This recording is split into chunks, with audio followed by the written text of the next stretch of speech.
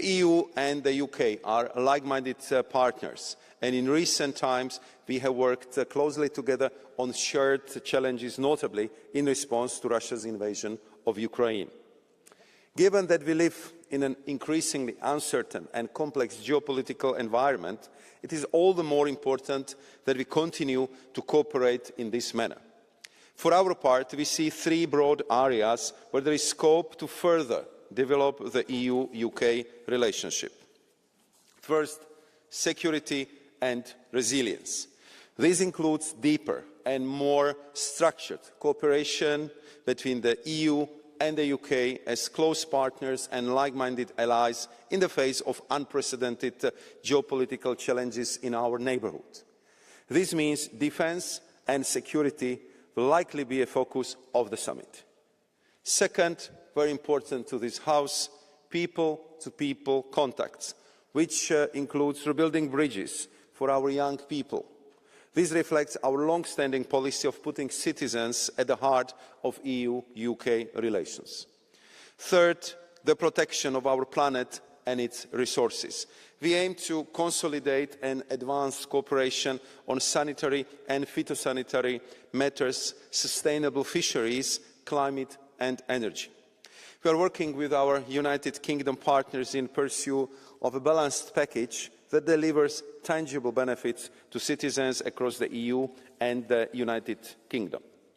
Madam President, honourable members, while we are committed to strengthening our relations with the United Kingdom, we continue to insist on the full, timely and faithful implementation of our existing agreements. The withdrawal agreement, including the Windsor Framework and the Trade and Cooperation Agreement. These agreements are the cornerstone of our bilateral relations and form a solid foundation for our cooperation. As regards the withdrawal agreement, last week I co-chaired a meeting of the Joint Committee in London with my UK counterpart, Nick Thomas-Simons.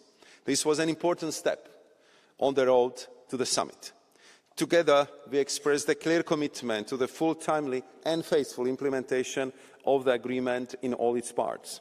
We welcomed important progress made in the areas of citizens' rights as regards the true and extra cohort and on the Windsor Framework as regards parcels and customs arrangements.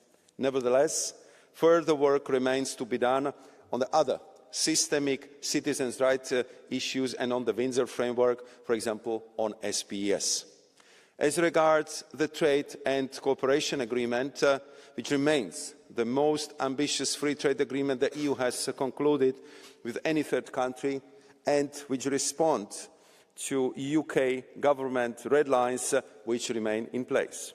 But that doesn't mean that we cannot more fully exploit the potential of the trade and cooperation agreements and look what more it has to offer.